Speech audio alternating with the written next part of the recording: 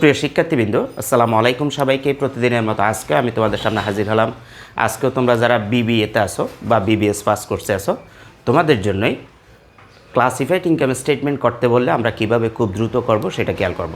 তো আজকের এই ক্লাসটা বিবিএর সকল ইয়ারের জন্য, first year, second year, third year এবং ফোর্থ ইয়ার, এবং ফার্স্ট কোর্সে যারা আসো BBS first year, BBS second year বা বিবিএস থার্ড ইয়ার, সবার জন্য ইম্পর্টেন্ট। কারণ আজকের ক্লাসটা হবে মূলত ফিনান্সিয়াল স্টেটমেন্ট। যে চ্যাপ্টারটা আছে ফিনান্সিয়াল স্টেটমেন্ট প্রায় সবগুলো ইয়ারে আছে। ফার্স্ট ইয়ারে আছে ফিনান্সিয়াল স্টেটমেন্ট, সেকেন্ড ইয়ারও আছে financial statement, third year advance accounting আছে, আবার ফোর্থ ইয়ারও ফিনান্সিয়াল স্টেটমেন্টের একটা অংশ আছে। তো ফিনান্সিয়াল স্টেটমেন্টে আমাদের যেই দফা যে কাজগুলো করতে হয়, একটা হলো ক্লাসিফাইড ইনকাম স্টেটমেন্ট করতে বলে, একটা ওনার সিকিউরিটি স্টেটমেন্ট করতে বলে, আর একটা হলো ক্লাসিফাইড বা মাল্টি স্টেপ ব্যালেন্স শিট করতে বলে। সেই তিনটা স্টেপের খেয়াল করবা, income statement, owner security, balance sheet, তিনটা স্টেপের আজকে প্রথম ক্লাস হবে। এটাকে তিনটা ভাগে ভাগ করবো আমি। আজকে প্রথম ক্লাস হবে ক্লাসিফাইড ইনকাম স্টেটমেন্ট করতে বললে কোন কোন ধাপগুলো অনুসরণ করতে হয়। খুব মনোযোগ দিয়ে খেয়াল করবা। বেসিক্যালি যারা ফার্স্ট ইয়ার আসো তারা একটু বেশি খেয়াল করবা, কারণ ফার্স্ট ইয়ারের স্টুডেন্টরা এই জায়গায় একটু দুর্বল থাকে। তো খেয়াল করি সবাই একটু। Classified income statement, classified income statement. এই ক্লাসিফাইড ইনকাম স্টেটমেন্ট ফিনান্সিয়াল স্টেটমেন্টের একদম প্রথম স্টেটমেন্ট, অর্থাৎ এটা থাকবেই। ক্লাসিফাইড ইনকাম স্টেটমেন্ট করতে বলবে। ক্লাসিফাইড ইনকাম স্টেটমেন্ট করতে হলে আমাদের অনেকগুলো ধাপ অতিক্রম করতে হয়। আমি একটু সিরিয়ালি লিখতেছি। প্রথম ধাপটার নাম দিলাম স্টেপ 1 বা ধাপ 1। ওকে, তো প্রথম ধাপ বা প্রথম স্টেপ যেটা, সেটাতে কি হয়, কি বের করতে হয় আমাদেরকে একটু খেয়াল করি সবাই। ওকে, প্রথম যে ধাপ সেটা বের করতে হলে আমাকে নেট সেলস লাগবে। প্রথম ধাপের জন্য আমাকে নেট সেলস। এই নেট সেলস আমরা বেসিক্যালি বাংলা হলো নিট বিক্রয়। এই নেট সেলসটা আমরা ইন্টারমিডিয়েটে করছিলাম বা নবম দশম শ্রেণীতে করছিলাম। নিট বিক্রয় বা নেট সেলস। নিট বিক্রয়কে যদি আমি একটু বাংলায় বলি, আমরা কি করছিলাম খেয়াল করো। নিট বিক্রয় সমান বিক্রয় মাইনাস বিক্রয় ফেরত মাইনাস বিক্রয় বাট্টা যোগ অলিখিত বিক্রয় মাইনাস মুনাফাবিহীন বিক্রয়। জাস্ট এখানে সেগুলোর ইংলিশ দিব, আর কিছুই না। তাই আমি নেট সেলস বা নিট বিক্রয় সমান প্রথমে সেলস মাইনাস সেলস রিটার্ন, মানে বিক্রয় ফেরত। সেলস রিটার্নের বাংলা হলো বিক্রয় ফেরত, মাইনাস সেলস ডিসকাউন্ট, মানে বিক্রয় বাট্টা, plus unrecorded sales, unrecorded sales minus মুনাফাবিহীন বিক্রয়। তার ইংরেজি কি? Sales without profit, sales without profit, মুনাফাবিহীন বিক্রয়। তাইলে আমরা ফিনান্সিয়াল স্টেটমেন্টের ক্লাসিফাইড ইনকাম স্টেটমেন্ট করতে বললে প্রথম ধাপ যেটা, সেটা একটু মনোযোগ দিয়ে খেয়াল করি। নেট সেলস সমান কি? Sales minus sales return minus sales discount plus unrecorded sales minus sales without profit. এই জায়গায় যদি তুমি ভুল করে থাকো, তাহলে তোমার যে অঙ্ক ক্লাসিফাইড ইনকাম স্টেটমেন্টটা শেষ করবা, পরবর্তীতে যতগুলো দফায় তুমি করে আসো না কেন ভুলেই হবে। কারণ কেন? তুমি স্টেপ 1 বা প্রথম জায়গায় যদি ভুল করো, তাহলে ভুলের সাথে যাই শুদ্ধ করো, ভুলের সাথে শুদ্ধ করলে সব ভুলেই হবে। সেজন্য নেট সেলসটাকে মনোযোগ দিয়ে খেয়াল করো। এখন আমরা যাব স্টেপ 2তে। স্টেপ 2 আমি নাম দিব স্টেপ 2। এটার নাম দিলাম নেট পারচেস। এটা ছিল নেট সেলস, আর এটা হবে নেট পারচেস। এখানে একটা জিনিস খেয়াল করি, নেট সেলস নেট পারচেস, এটার বাংলা হলো নিট বিক্রয়, এটা হলো নিট ক্রয়। এখানে অনেকগুলা জিনিস নেট সেলসের সাথে মিল আছে। কি কি মিল আছে? শুধুমাত্র এই যে এখানে সেলস আছে না, নেট পারচেস বের করার সময় এখানে আমি পারচেস লিখব। তার মানে একটা করলে বাকিটা সহজ। এখানে সেলস রিটার্ন আছে, আমি মাইনাস করার সময় এখানে পারচেস রিটার্ন মাইনাস করব, পারচেস রিটার্ন। এখানে সেলস ডিসকাউন্ট আছে, আমি এখানে পারচেস ডিসকাউন্ট মাইনাস করব, পারচেস ডিসকাউন্ট। এখানে আনরেকর্ডেড সেলস আছে, আমি এখানে প্লাস করার সময় আনরেকর্ডেড পারচেস প্লাস করব।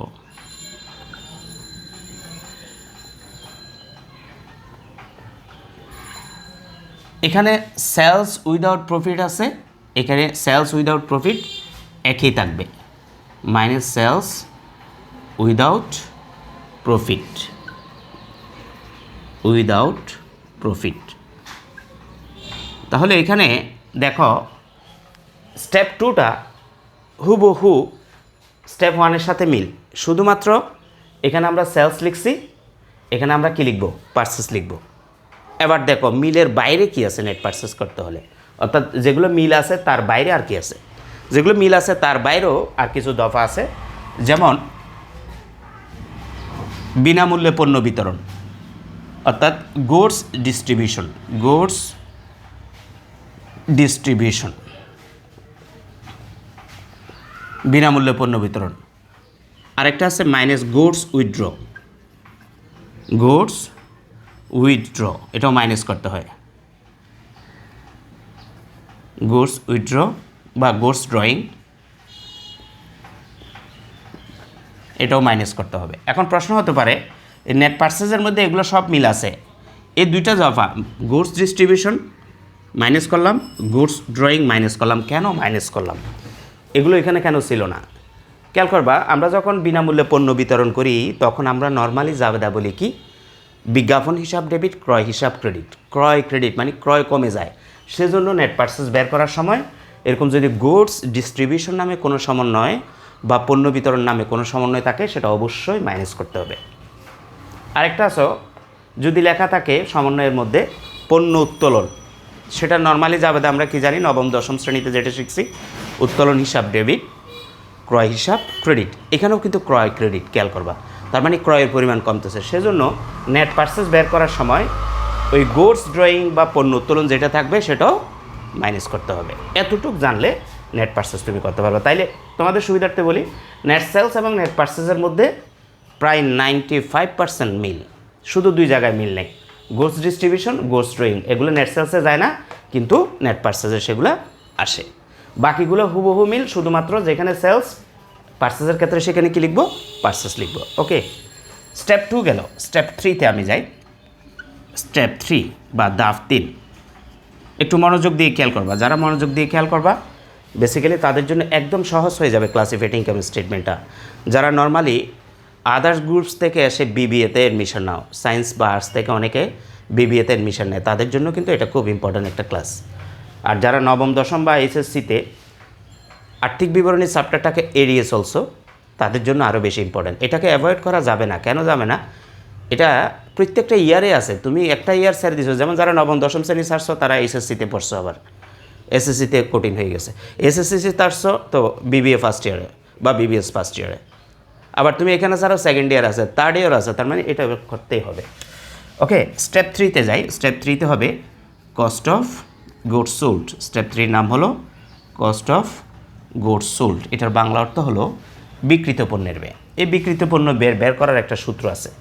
সূত্রটা কি একটু আমরা খেয়াল করি। প্রথমে ওপেনিং স্টক, যেটাকে প্রারম্ভিক মজুদ বলি, opening stock plus net purchase, net purchase minus opening stock plus net purchase plus direct expenses. খেয়াল করবা, প্রত্যক্ষ খরচ যেটাকে বলে direct expenses minus closing stock, closing stock.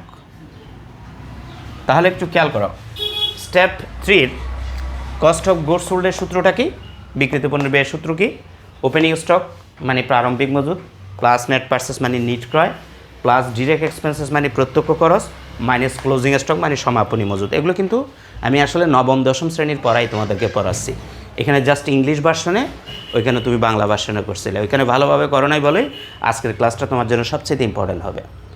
আজকে ক্লাস যদি তুমি করো তাহলে কখনো আর তোমার ক্লাসিফাইড ইনকাম স্টেটমেন্ট নিয়ে ঝামেলায় পড়তে হবে না। তাহলে কস্ট অফ গুডস সোল্ডের সূত্রটা আবার খেয়াল করো, বিক্রিত পণ্যের ব্যয় প্রারম্ভিক মজুদ যার ইংরেজি নাম ওপেনিং স্টক প্লাস তার সাথে নিট ক্রয় যোগ করতে হয়, তার মানে নেট পারচেস, তার সাথে প্রত্যক্ষ খরচ যোগ করতে হয় প্লাস ডিরেক্ট এক্সপেন্সেস, তার সাথে ক্লোজিং স্টক মাইনাস করতে হয়। এখন ডিরেক্ট এক্সপেন্সেস কোনগুলা? ডিরেক্ট এক্সপেন্সেস হলো যে সমস্ত খরচগুলো উৎপাদনের সাথে বা ক্রয়ের সাথে সরাসরি সম্পৃক্ত, যেমন কি আমদানি শুল্ক, ক্রয় পরিবহন, মজুরি, জ্বালানি, ডক চার্জ, এগুলোই হলো প্রত্যক্ষ খরচ। এগুলো থাকলে প্লাস হবে, না থাকলে করার দরকার নেই। স্টেপ ফোরের ক্ষেত্রে আমরা একটু খেয়াল করি। স্টেপ 4 বা ধাপ 4, এখানে আমরা গ্রস প্রফিটটা বের করতে হয়। গ্রস প্রফিট বাংলা অর্থ কি? মোট মুনাফা। এই গ্রস প্রফিট বের করতে হলে কি কি করতে হয় খেয়াল করো। গ্রস প্রফিট মোট মুনাফার সূত্র হলো নিট বিক্রয় থেকে বিক্রিত পণ্যের ব্যয় মাইনাস করা। অর্থাৎ এই যে নেট সেলস 1 নম্বরে বের করছি, 3 নম্বরে এসে কী করছি? কস্ট অফ গুডস সোল্ড বের করছি। তার মানে নেট সেলস থেকে কস্ট অফ গুডস সোল্ডটা মাইনাস করে দিলেই আমরা গ্রস প্রফিট পাই। নেট সেলস আমরা লিখতে পারি net sales minus cost of goods sold, cost of goods sold. তাহলে গ্রস প্রফিটের সূত্রটা আবার খেয়াল করো। নেট সেলস নিট বিক্রয় minus cost of goods sold. Net sales কোথায় পাবো? স্টেপ 1-এ করছি। কস্ট অফ গুডস সোল্ড কোথায় পাবো? স্টেপ 3-তে করছি। সেজন্য সিরিয়ালি এগুলো করে আসতে হবে। এখন তুমি দেখো এই যে স্টেপ 2টা কোথায় লাগছে, দেখো এই যে নেট পারচেজ, এটা কোথায় লাগছে? এই যে আমাদের কস্ট অফ গুডস সোল্ড, অর্থাৎ স্টেপ 3 করার সময় আমার নেট পারচেজটা কিন্তু দরকার হয়েছে, নেট পারচেজ যেটা। তাহলে নেট পারচেজ যদি তুমি বের করতে না জানতা, তাহলে নেট পারচেজ কীভাবে বসাতে তুমি? সেজন্য সিরিয়ালি এগুলো মেনটেন করে করে আসতে হবে তোমাকে। ওকে, স্টেপ 5 হলো এটা। স্টেপ 5 হলো operating income,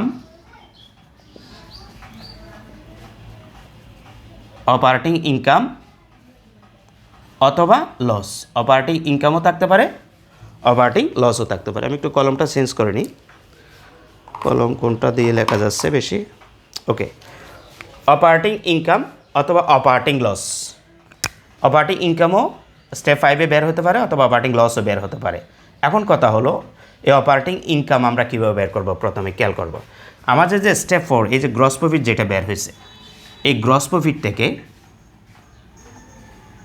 gross profit minus, ওকে এটা ঠিক আছে কলম, তাইলে বাকিগুলো রাখি। এই গ্রস প্রফিট থেকে আমরা যখন অপারেটিং এক্সপেন্সেসগুলো মাইনাস করব, তাহলে আমরা হয় অপারেটিং ইনকাম পাবো অথবা অপারেটিং লস পাবো। এখন প্রশ্ন হলো যে আমি কখন এটাকে অপারেটিং ইনকাম বলবো, কখন এটাকে অপারেটিং এক্সপেন্সেস বলবো? খেয়াল করবা, যদি দেখা যায় গ্রস প্রফিট যেটা বের করছি সেটার যোগফল অপারেটিং এক্সপেন্সেসের যোগফলের চাইতে বড় হয়, তাহলে অপারেটিং ইনকাম। কথাটা আবার মনোযোগ দিয়ে খেয়াল করো সবাই। যদি দেখা যায় গ্রস প্রফিট যেটা আমরা স্টেপ 4-এ বের করে আসি, সেটার যোগফল যদি অপারেটিং এক্সপেন্সের যোগফলের চেয়ে বড় হয়, তাহলে অপারেটিং ইনকাম।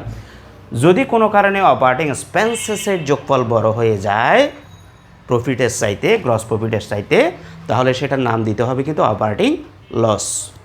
এখন কথা হলো যে স্যার অপারেটিং এক্সপেন্সেস কোনগুলো? অপারেটিং এক্সপেন্সেসকে 2টা ভাগে ভাগ করা হয়। একটা হলো সেলিং অ্যান্ড ডিস্ট্রিবিউশন এক্সপেন্সেস, বিক্রয় বিতরণ খরচ। আরেকটা ভাগ হলো অফিস অ্যান্ড অ্যাডমিনিস্ট্রেটিভ এক্সপেন্সেস, অর্থাৎ অফিস ও প্রশাসনিক খরচ। এই 2টা ভাগে ভাগ করে এগুলোকে ক্লাসিফাইড করে লিখতে হয়। এগুলো তোমরা আমার যখন ক্লাস আরও ডিটেলস দেখবা তোমরা আস্তে আস্তে বুঝে যাবা। তারপরেও আমি একটু বলে রাখি, আমাদের একটা জুম লাইভ ক্লাস চালু আছে, পেইড কোর্স চালু আছে, মাত্র 400 টাকা, প্রতি সপ্তাহে 3 দিন করে ক্লাস। সেখানে তোমরা জয়েন করলে আমরা এগুলো ধরে ধরে কীভাবে প্রত্যেকটা ম্যাথকে সলভ করাই তোমরা দেখতে পারবা। তো অপারেটিং এক্সপেন্সেস নিয়ে কথা বলতেছিলাম। অপারেটিং এক্সপেন্সেসকে 2 ভাগে ভাগ করা হয়। একটা বিক্রয় বিতরণ খরচ, যার ইংরেজি নাম সেলিং অ্যান্ড ডিস্ট্রিবিউশন, আর একটা হলো অফিস অ্যান্ড অ্যাডমিনিস্ট্রেটিভ, যার ইংরেজি নাম হলো অফিস ও প্রশাসনিক খরচ। বিক্রয়ের সাথে সম্পৃক্ত যেগুলো একটু বলে দিই, বিজ্ঞাপন খরচ, অনাদায়ী দেনা, বিক্রয়কর্মীর বেতন, বিক্রয়কর্মীর কমিশন, এই ধরনের জিনিসগুলোই হলো বিক্রয় ও বিতরণ খরচ। এবার আসো অফিস ও প্রশাসনিক খরচ। সেগুলো কোনগুলো? নর্মালি বেতন, অফিস ভাড়া, প্রশাসনিক খরচ, এই ধরনের খরচগুলো যদি থাকে সেগুলো হলো অফিস অ্যান্ড অ্যাডমিনিস্ট্রেটিভ। সেগুলো যোগ করে এটাকে টোটাল যোগফল হবে টোটাল অপারেটিং এক্সপেন্সেস। সেটা যখন গ্রস প্রফিট থেকে মাইনাস করে দিব, তাহলে আমরা পেয়ে যাব হয় অপারেটিং ইনকাম অথবা অপারেটিং লস। যদি গ্রস প্রফিট বড় হয় অপারেটিং ইনকাম, যদি অপারেটিং এক্সপেন্সের যোগফল বড় হয় তাহলে অপারেটিং লস। আশা করি মোটামুটি ক্লিয়ার হয়েছে। স্টেপ 6 স্টেপ 6 এর নাম দিলাম অপারেটিং ইনকামের পরে net income. Net income final destination আমরা চলে আসছি। সেটা হলো আমরা নেট ইনকাম কীভাবে বের করব। নেট ইনকাম বের করতে হলে আমার যে স্টেপ 5-এ এই যে অপারেটিং ইনকাম যেটা বের হবে স্টেপ 5-এ, সে অপারেটিং ইনকামের সাথে অর্থাৎ সেই অপারেটিং ইনকামটা আগে লাগবে। অপারেটিং ইনকাম অথবা লস যেটা বের হোক, অপারেটিং ইনকাম অথবা লস, সেটার সাথে নন অপারেটিং ইনকাম থাকলে যোগ, নন অপারেটিং ইনকাম থাকলে কী হবে যোগ, নন অপারেটিং এক্সপেন্সেস থাকলে মাইনাস করতে হবে। নন অপারেটিং এক্সপেন্সেস মাইনাস করে দিলে আমরা পেয়ে যাব নেট ইনকাম। নেট ইনকাম কীভাবে বের করছি আবার একটু খেয়াল করি। স্টেপ 6 এসে নেট ইনকাম বের করব। স্টেপ 5-এর যে অপারেটিং ইনকাম বা লস আসবে সেটার সাথে নন অপারেটিং ইনকাম যোগ, নন অপারেটিং এক্সপেন্সেস বিয়োগ। এখন কথা হলো স্যার নন অপারেটিং ইনকাম কোনগুলো? নন অপারেটিং ইনকাম হলো বিনিয়োগের সুদ, স্থায়ী সম্পত্তি বিক্রয়জনিত মুনাফা, উত্তোলনের সুদ, ব্যাংক জমার সুদ, এই সমস্ত সুদগুলাই হলো, বা কোনো স্থায়ী সম্পত্তি বিক্রয় করে যদি কোনো লাভ হয় সেগুলাই হলো নন অপারেটিং ইনকাম। সুদ প্রাপ্তি এবং স্থায়ী সম্পত্তি বিক্রয়জনিত মুনাফা। আবার খেয়াল করো, যে কোনো সুদ প্রাপ্তি এবং স্থায়ী সম্পত্তি বিক্রয়জনিত মুনাফা হবে নন অপারেটিং ইনকাম, সেগুলো আমরা যোগ করব। নন অপারেটিং এক্সপেন্সেস মাইনাস করব, কিন্তু কোনগুলো সেগুলো যদি না চিনি। নন অপারেটিং এক্সপেন্সেস হলো নন অপারেটিং ইনকামের উল্টো, প্রদত্ত সুদ অথবা কোনো স্থায়ী সম্পত্তি বিক্রয় করে যদি কোনো ক্ষতি হয় সেটা হবে নন অপারেটিং এক্সপেন্সেস। সেগুলো থাকলে মাইনাস করে দিলে আমরা নেট ইনকাম পেয়ে যাব। এই নেট ইনকামের ক্ষেত্রে অনেক সময় ট্যাক্স ধার্য করতে হয়, আয়কর ধার্য করতে হয়। যদি ওইরকম প্রশ্নের সমন্বয় থাকে যে নেট ইনকাম ধার্য করো এবং পরবর্তীতে বলো ওটার উপরে ট্যাক্স ধরো বা আয়কর ধরো, তখন এটার নাম হয়, এই নেট ইনকামটার নাম হয় নেট ইনকাম। আমি একটু ব্রেকেটে লিখে দিচ্ছি before tax, net income before tax. Step 7-এ গিয়ে ফাইনালে গিয়ে একদম ওইটাও একটা নেট ইনকাম। যদি এটা তাকে খেয়াল করবা, যদি ট্যাক্স ধরতে বলে এই কাজটা করতে হবে, না হলে কিন্তু এখানেই শেষ, আমার স্টেপ কিন্তু এখানেই শেষ। যদি কোনো কারণে আয়কর ধরতে বলে সেটার নাম হবে net income after tax, net income after tax. আমি এটি দিছি, এই এটি মানে আফটার ট্যাক্স। সেটা কীভাবে করব? এই যে নেট ইনকাম বিফোর ট্যাক্স যেটা, অর্থাৎ স্টেপ 6-এ যেটা বের করছি নেট ইনকাম বিফোর ট্যাক্স, তো সংক্ষেপে আমি এখানে লিখে দিচ্ছি স্টেপ 6 যেটা আসবে সেখান থেকে ট্যাক্সটা মাইনাস করে দিলেই হয়ে যাবে। তাহলে net income after tax number 7 number স্টেপে আমরা 6 নাম্বার স্টেপের অর্থাৎ নেট ইনকাম বিফোর ট্যাক্স যেটা বের হবে সেখান থেকে ট্যাক্সটা মাইনাস করে দিলেই নেট ইনকাম আফটার ট্যাক্স আমরা আমাদের ফাইনাল ডেস্টিনেশন চলে আসবো। তবে খেয়াল করবা এই স্টেপটা কাজ করতে হবে যদি রেয়ামিলের সমন্বয়ের মধ্যে, আর্থিক বিবরণীর সমন্বয়ের মধ্যে যদি ট্যাক্স ধরতে বলে, ট্যাক্স না ধরতে বলে কাজ করতে হবে না। তো ক্লাসিফাইড ইনকাম স্টেটমেন্ট করে আমরা মোটামুটি একটা ধারণা নিলাম। এটা একটু প্র্যাকটিস করলে দেখবা যে তোমার ক্লাসিফাইড ইনকাম স্টেটমেন্ট নিয়ে আর কারও কোনো জড়তা থাকবে না। পরবর্তী ক্লাসে আমরা হাজির হব আরেকটা স্টেপ, অর্থাৎ অনার সিকিউরিটি স্টেটমেন্ট এবং ক্লাসিফাইড ব্যালেন্স শিট কীভাবে তৈরি করে। পরবর্তী স্টেপের জন্য চোখ রাখো সবাই, এবং ক্লাসটা ভালো লাগলে অবশ্যই একটা লাইক দিবা, শেয়ার করবা বন্ধুবান্ধবদেরকে, তোমাদের ফেসবুক মেসেঞ্জার গ্রুপ যেখানে আছে শেয়ার করে ছড়িয়ে দাও, সবাই একটু উপকৃত হোক। ভালো থাকবা সবাই, শুভকামনা রইল। আসসালামু আলাইকুম ওয়া রাহমাতুল্লাহি ওয়া বারাকাতুহু।